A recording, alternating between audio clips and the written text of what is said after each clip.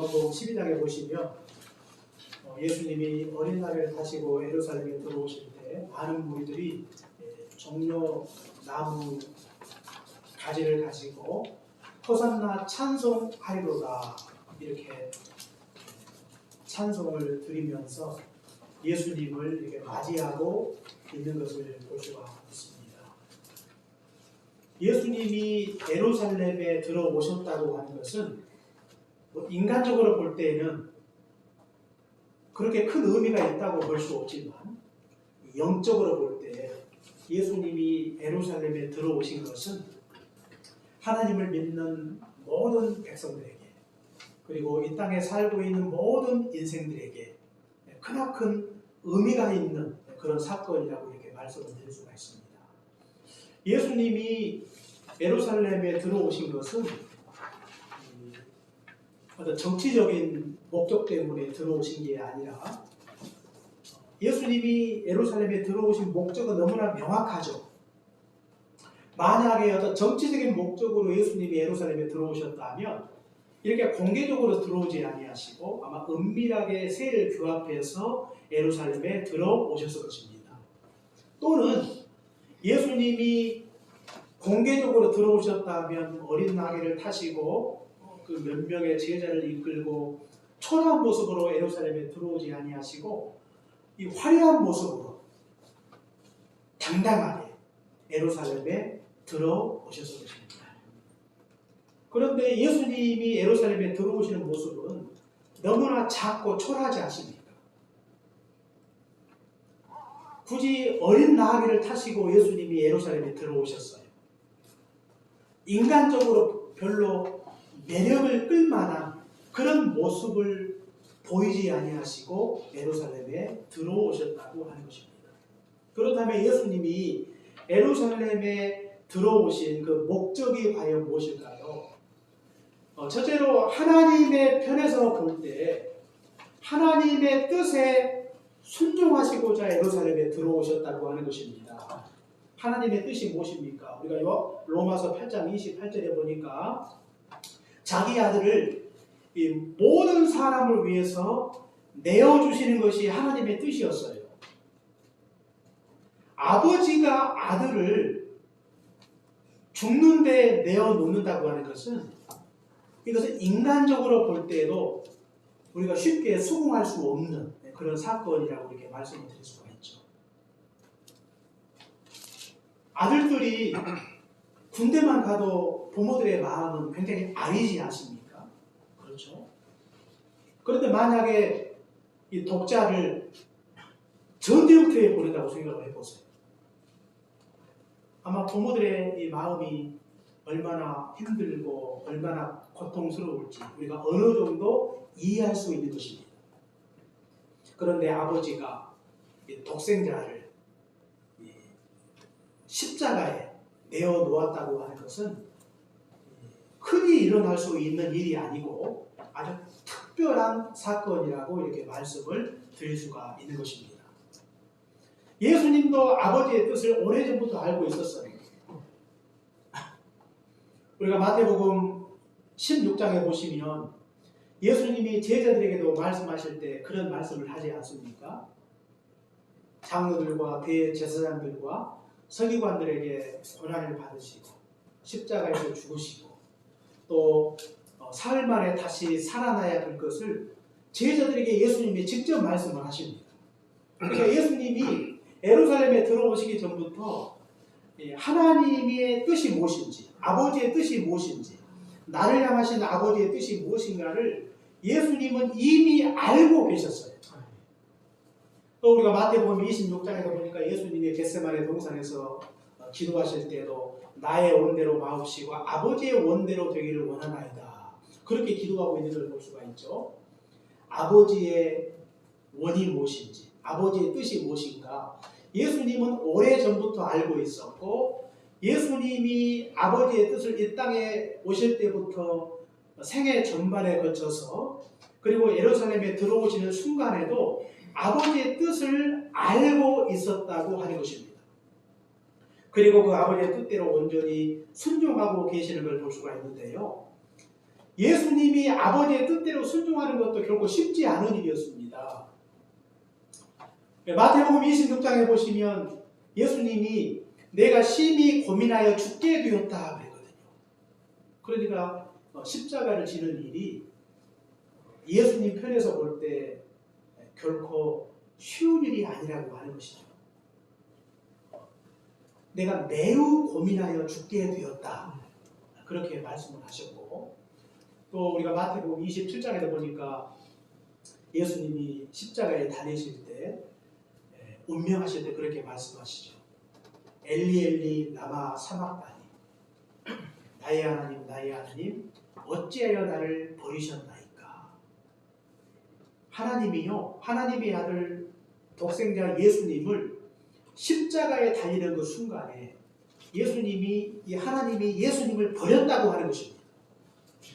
버림받는 고통을 겪고 있는 것이죠.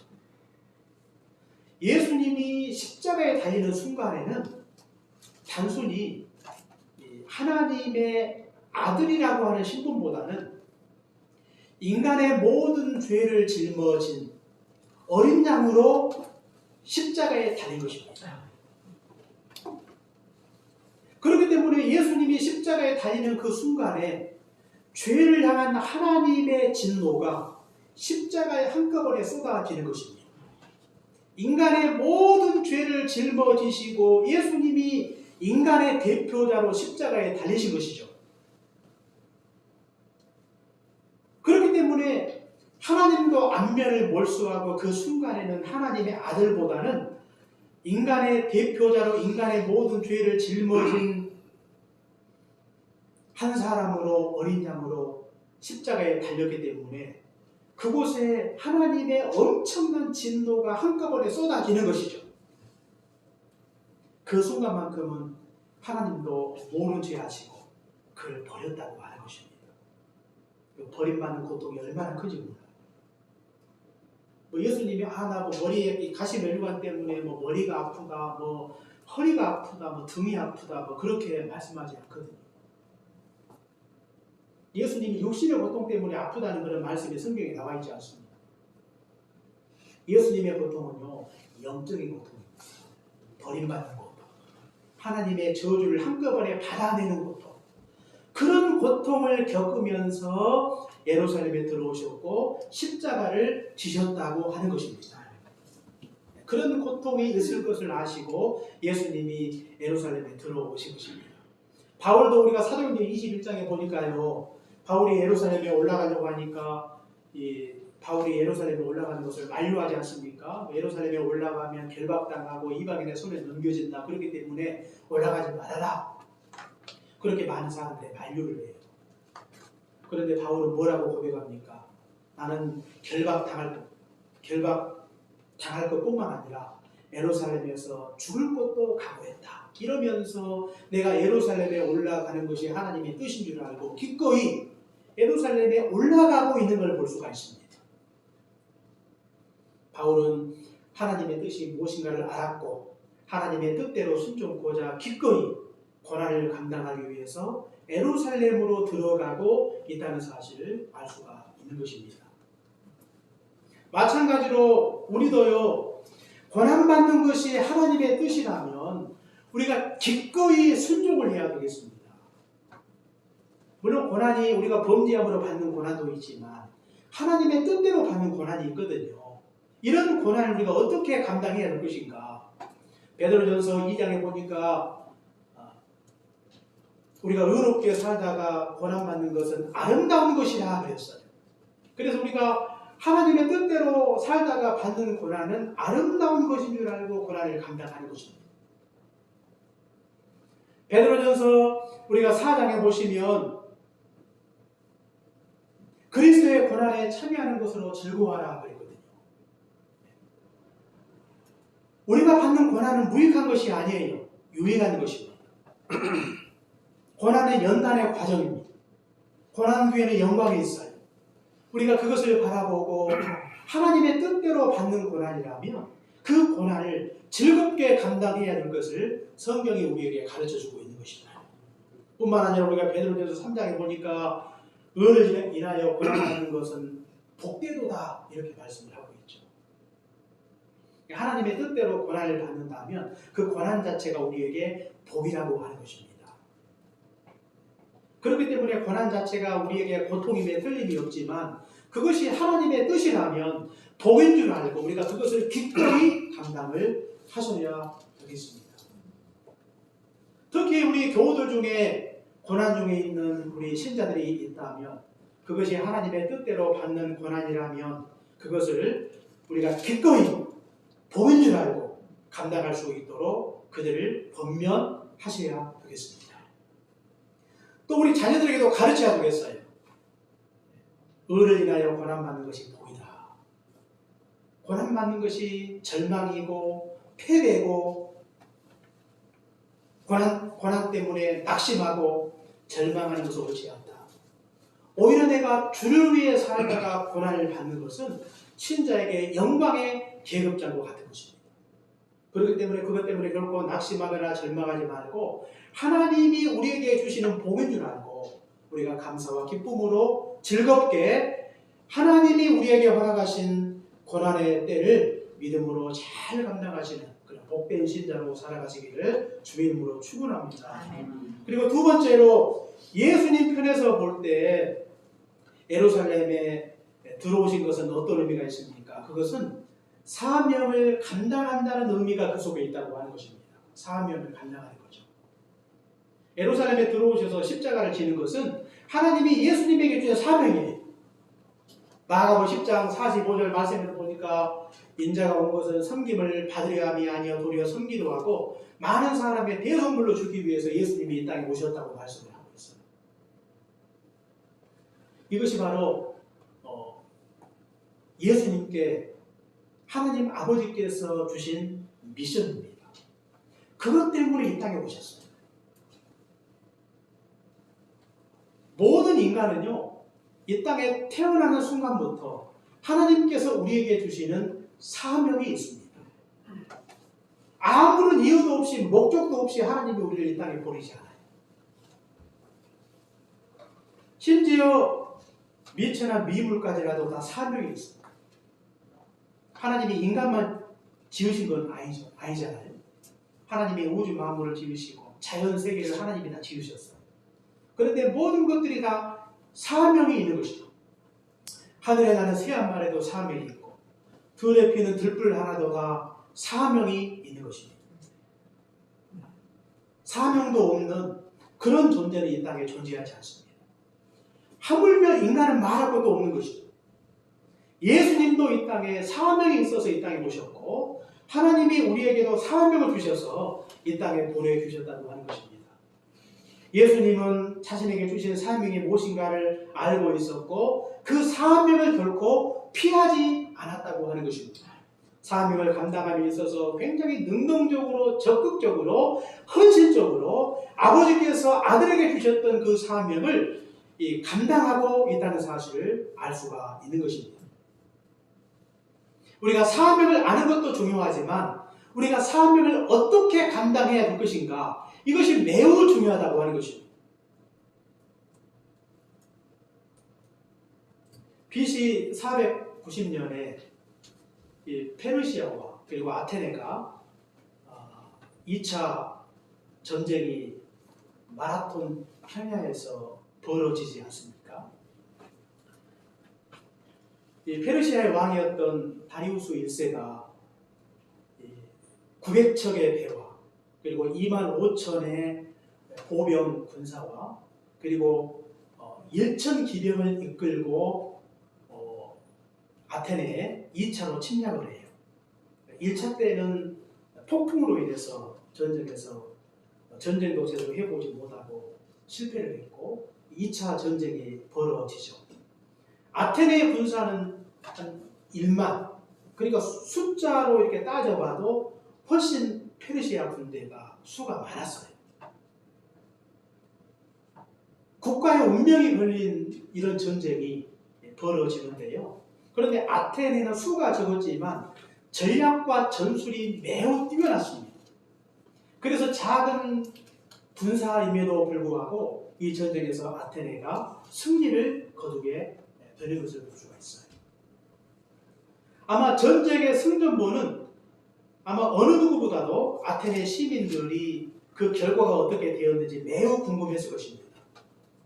그래서 전령 중에 한 명이었죠. 전령 중에 한 명이었던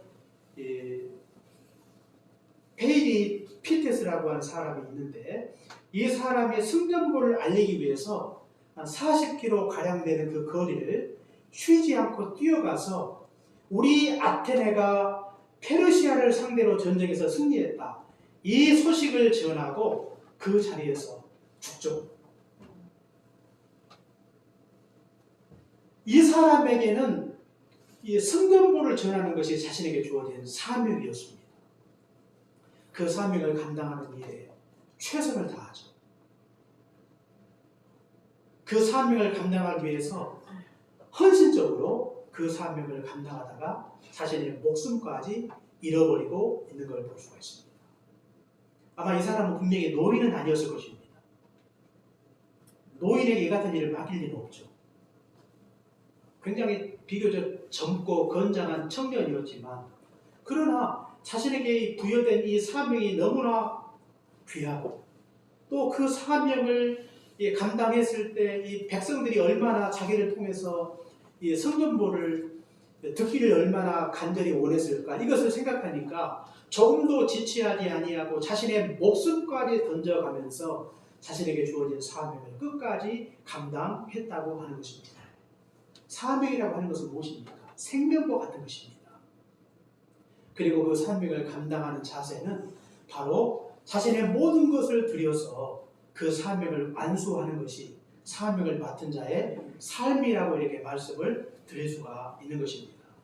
하나님께서 우리에게도 사명을 주셨어요.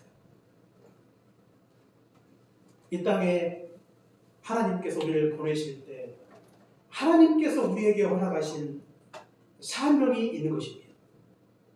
사명이 없는 사람은 없어요. 특별히 하나님을 믿고 섬기는 하나님의 백성들에게는 특별한 사명을 우리에게 허락해 주신 것입니다. 그렇기 때문에 하나님이 나에게 어떤 사명을 주셨는가를 발견하는 일이 너무나 중요하다고 하는 것이죠. 특별히 이 청년 시절에는요, 하나님이 나에게 어떤 사명을 주셨을까, 그것을 알고자 하는 그런 거룩한 고민들이 많이 있어야 된다고 하는 것입니다. 그리고 그 사명을 발견하고 그것을 위해 살아갈 때 우리가 이 땅에서 의미 있는 인생을 살아갈 수가 있는 것입니다. 하나님이 우리 한국에 한 5만 이상의 교회가 있는데, 이렇게 수많은 교회 중에 하나님이 우리 해민교회를 세워주셨는데, 하나님이 우리 해민교회 가운데 주신 사명이 과연 무엇일까? 물론 이 각 교회마다 우리가 공통적으로 함께 추구해야 될 사명이 반드시 있어요. 어떤 교회든 상관없이 하나님께서 각각의 교회마다 주신 공통의 사명이 우리에게 있습니다. 그러나 각 개 교회마다 하나님께서 특별하게 주시는 사명이 있는 것이죠. 그러므로 그 사명을 발견하고 그 사명을 위해서 자신의 모든 것을 들여서 헌신할 수 있다면 우리가 하나님을 기쁘시게 하는 교회가 될 수 있다고 하는 것입니다. 우리가 종말론적으로 볼 때 하나님께서 우리 해미교회 가운데 주신 사명은 만민에게 복음을 증거하는 일입니다. 그래서 우리 해미교회가 선교 지향적 교회가 되고자 하는 것은, 이것은 이 종말의 때에 하나님의 교회가 힘써야 할 것이 무엇인가를 우리가 다시 한번 기억한다고 하는 차원에서 너무나 크나큰 의미가 있다고 이렇게 말씀을 드릴 수가 있어요. 교회적으로 볼 때 우리 해민교회가 교회를 통해 힘을 얻고 위로받고 세상을 이기는 교회가 되기 위해서 사랑의 공동체가 되는 것, 이것도 하나님이 우리에게 주시는 사명이라고 이렇게 말씀을 드릴 수가 있어요. 저는 우리 한국교회가 가지고 있는 가장 큰 문제는 그동안 이 성장 중심의 교회를 세우고자 열심히 달려오지 않았습니까? 그러다 보니까 이 한국교회는 삶이 없다는 그런 지적을 많이 받아요. 한국교회가 외적으로 교세가 커졌음에도 불구하고 정작 중요한 신자의 삶이 없다는 그런 지적을 많이 받고 있는데, 이것을 위해서 우리가 힘써야 할 것이 무엇일까? 그것은 바로 경건생활이 아닌가 생각이 들어요. 경건생활. 매일 하나님의 말씀을 묵상하고 묵상한 말씀을 자신의 삶에 적용해서 우리가 속한 모든 삶의 현장에서 그것을 실천하는 것, 이것이 경건생활 아닙니까? 그렇기 때문에 우리 해민교회가 우리가 경건생활을 강조하는 이유도 바로 여기에 있다고 하는 것입니다. 왜 우리가 경건에 주목을 해야 되는 것인가? 경건을 통해서 이제는 더 이상 삶이 없다는 지적을 받지 않고 한국 교회 안에 삶의 열매가 있는 그런 교회를 만들어가는 것, 이것이 하나님께서 교회 가운데 주시는 미션이라고 하는 것입니다. 우리 해민교회가 감당해야 될 사명이라고 하는 것이죠. 말씀은 예배드릴 때 잠시 필요한 것이 아니라 우리가 매일매일 하나님의 말씀을 주야로 깊이 묵상하면서 묵상한 말씀을 마음에 깊이 새기고 그 말씀을 가정에서, 직장에서, 사회 속에서, 인간관계 속에서 구체적으로 적용해가는 것입니다. 그래서 삶의 열매를 맺는 것이죠. 성령의 열매를 맺는 것입니다. 이것은 무엇을 통해서 이루어집니까? 경건생활을 통해서 이루어지는 것입니다. 저는 이것이 우리 해미교회 가운데 주시는 사명이라고 생각을 해요. 앞으로 우리 한국교회가 추구해야 할 것은 그냥 무조건 그냥 교세만 늘리면 된다, 교회를 확장하면 된다는 이런 단순한 생각을 버리고 이제는 정말로 행함에 있는 한국교회를 만들어내는 것이 이 시대를 섬기는 일이요, 또 우리 한국교회가 나아가야 될 그런 방향이 아닌가 생각이 되는 것입니다. 그러므로 우리가 사명을 감당하기 위해서 하나님께서 개인적으로 교회적으로 주신 사명이 무엇인가를 확인하고 그것을 감당하되 헌신적으로 감당하시고 우리의 삶이 사명 중심의 삶으로 새로워지는 그런 복된 역사가 있기를 주의 이름으로 축원합니다. 그리고 세 번째로 인간편에서 볼 때 예수님이 예루살렘에 들어오신 것은 인류 구원을 위해 들어오셨다고 하는 것입니다. 인류 구원. 인류를 구원할 수 있는 방법이 여러 가지가 있다면 예수님이 굳이 이 길을 택하지 아니하시고 다른 선택을 하실 수도 있겠지만, 그러나 인류를 구원할 수 있는 다른 길을 존재하지 않습니다. 예루살렘을 통하지 않고는, 십자가를 통하지 않고는 구원의 길이 더 이상 없는 것입니다. 그래서 예수님은 예루살렘에 들어오신 것이죠. 물론 예수님의 공생의 사역을 시작하실 때 다른 길에 대한 유혹이 있었어요. 마귀들이 예수님을 유혹하지 않습니까? 성경 꼭대기에 세워놓고 뛰어내려봐라. 그러면 네가 메시아로 인정을 받을 것이다. 그렇게 예수님을 유혹하죠. 그러나 예수님은 그 유혹에 넘어가지 않습니다. 또 한 번은 이 마귀가 천하만국을 보여주면서 나에게 경배해라. 그러면 천하만국을 내게 주겠다고 예수님을 유혹하지 않습니까? 그러나 예수님은 그 유혹조차도 단호하게 뿌리치죠. 예수님이 메시아로 인정을 받는 것, 예수님이 받으실 그 영광은 십자가를 통해서 받는 것이지 이런 이벤트로 받는 게 아니에요. 예수님이 예루살렘에 들어오셔서 십자가를 지심으로 메시아로 인정을 받고 십자가를 지심으로 영광을 받는 것이지, 그냥 천하만국을 보여주면서 나에게 절하고 나에게 경배하면 내가 이 모든 영광을 주겠다고 이렇게 미혹하고 있지만, 이것은 예수님이 걸어가야 될 길과는 다른 것입니다. 예수님이 예루살렘에 들어오신 것은 바로 인류 구원을 위해 들어오셨고, 예수님이 그 길을 통하지 않고는 도저히 인간을 구원해 낼 수 없다는 사실을 아시고 예수님이 기꺼이 예루살렘에 들어오셨다고 하는 것입니다. 예수님도 이 사실을 이미 알고 계셨어요. 예루살렘이나 십자가를 통하지 않고는 구원에 이를 수 없다는 사실을 아시고 예수님이 예루살렘에 들어오셔서 고난당하시고 십자가에 달리신 것입니다. 예수님은 이 모든 일을 행함으로 감당하셨어요. 말뿐인 사랑이 아니라 행함으로 모든 일을 감당하셨다고 하는 것입니다. 로마서 5장 8절에 보니까 우리가 아직 죄인 되었을 때 그리스도께서 죽으심으로 하나님께서 우리에 대한 자기의 사랑을 확증하셨느니라고 성경에 말씀을 하고 있는 것입니다. 예수님은 말로 사랑하지 아니하시고 행함을 통해서 우리에게 사랑을 보여주신 것이죠. 우리가 예수님을 통해서 우리가 감당해야 될 사랑은 어떤 사랑입니까? 바로 실천적인 사랑이라고 하는 것입니다. 그러므로 우리가 성경 요한에서 5장 18절에 보니까 너희가 말과 혀로만 사랑하지 말고 행함과 진실함으로 사랑해야 될 것을 주님께서 말씀을 하고 있는 걸 볼 수가 있습니다. 예수님이 보여주신 사랑은 말뿐인 사랑이 아니라 행함이 있는 사랑이었어요. 우리가 감당해야 될 사랑이 바로 그 같은 사랑이라고 하는 것입니다. 우리가 이 사랑을 우리가 무엇을 통해 실천해야 되겠습니까? 우리가 십자가 사랑을 실천하는 것이죠. 십자가 사랑을 증거함으로 예수님의 사랑을 구체적으로 실천해야 된다는 사실을 우리가 말씀을 통해서 보게 되는 것입니다. 예수님의 십자가는 사랑입니다. 내가 너희를 사랑한 것 같이 너희도 서로 사랑하라.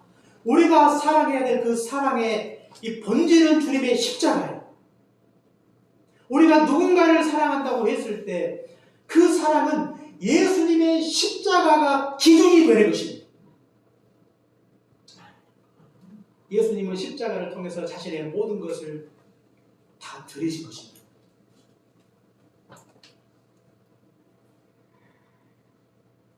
예수님은 하나님의 미랄이 되셨어요. 하나님의 미랄이 땅에 떨어져 죽지 않으면 하늘 그대로 있고 죽으면 많은 열매를 맺는다고 주님께서 말씀하고 있는 것입니다. 이 같은 사랑을 주님이 우리가 실천하며 살기를 간절히 원하고 계시는 것입니다. 우리가 주님의 십자가를 생각할 때마다 주님의 사랑을 기억해야 되겠습니다. 우리는 주님의 사랑에 빚진 자로, 빚진 자의 심정으로 우리가 세상 속에서 그리스도의 사랑을 실천하며 살아가시는 복된 삶이 되어야 되겠습니다. 우리 사랑의 회복교회 성도 여러분, 우리가 이번 주 종료주일과 고난주간을 보내면서 고난의 주를 깊이 묵상하시기를 바랍니다. 고난의 주를 묵상하실 때 하나님께서 우리의 영성을 더욱더 부유하게 만들어 주실 것입니다. 성경 다음으로 많이 읽었다는 토마스와 캠피스가 썼던 그리스도를 본받아라고 하는 책에 보시면 이 책은 원래 토마스가 47세에 수도사들을 교육하기 위해서 쓴 책이에요. 그런데 그분이 고백하기를 나는 묵상과 독서 외에서 그 어떤 곳에서도 결코 내가 하늘의 안식을 경험하지 못했다고 고백하고 있는 걸 볼 수가 있습니다. 하늘의 안식과 평강, 그리고 하나님이 우리에게 허락하시는 영적인 풍요로움, 바로 고난의 주가 되시는 예수님을 깊이 묵상할 때 하나님께서 우리에게 주시는 것입니다. 이번 주 우리가 고난주간을 보내면서 주님의 십자가를 깊이 묵상하십시오. 주님이 우리에게 허락하신 은혜가 얼마나 큰지, 사랑이 얼마나 큰지 그 은혜를 깊이 묵상하실 때 우리 심령이 영적으로 부유하고 하나님의 은혜로 충만하게 되고 하늘의 평강과 안식의 기쁨이 우리 심령 속에 차고 넘치는 복된 한 주가 되시기를 주의 이름으로 축원합니다. 오늘 기도하겠습니다. 사랑의 주님 감사합니다. 오늘 예수님이 십자가를 지시고자 예루살렘에 들어오신 정료주일에 그 크신 은혜를 다시 한번 생각하게 하시니 감사합니다.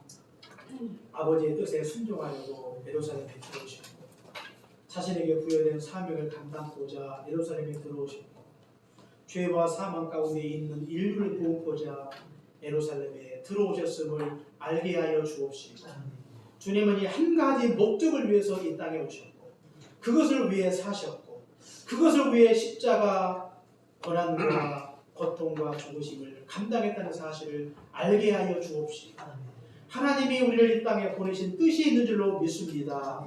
우리에게 교회 가운데 주신 사명이 있는 줄로 믿습니다. 그것을 발견하고 그것을 위해 우리의 전생애를 하나님 앞에 온전히 드리는 복된 삶이 되게 하여 주옵시고 종료주일과 고난주간 부활절을 보내면서 우리가 더욱더 풍성한 영성을 갖게 하시고 우리가 고난주간과 부활절을 통해서 하늘의 안식과 하늘의 평강과 하늘의 기쁨을 누리는 복된 시간들이 되게 하여 주옵소서. 예수님 이름으로 기도합니다. 아멘.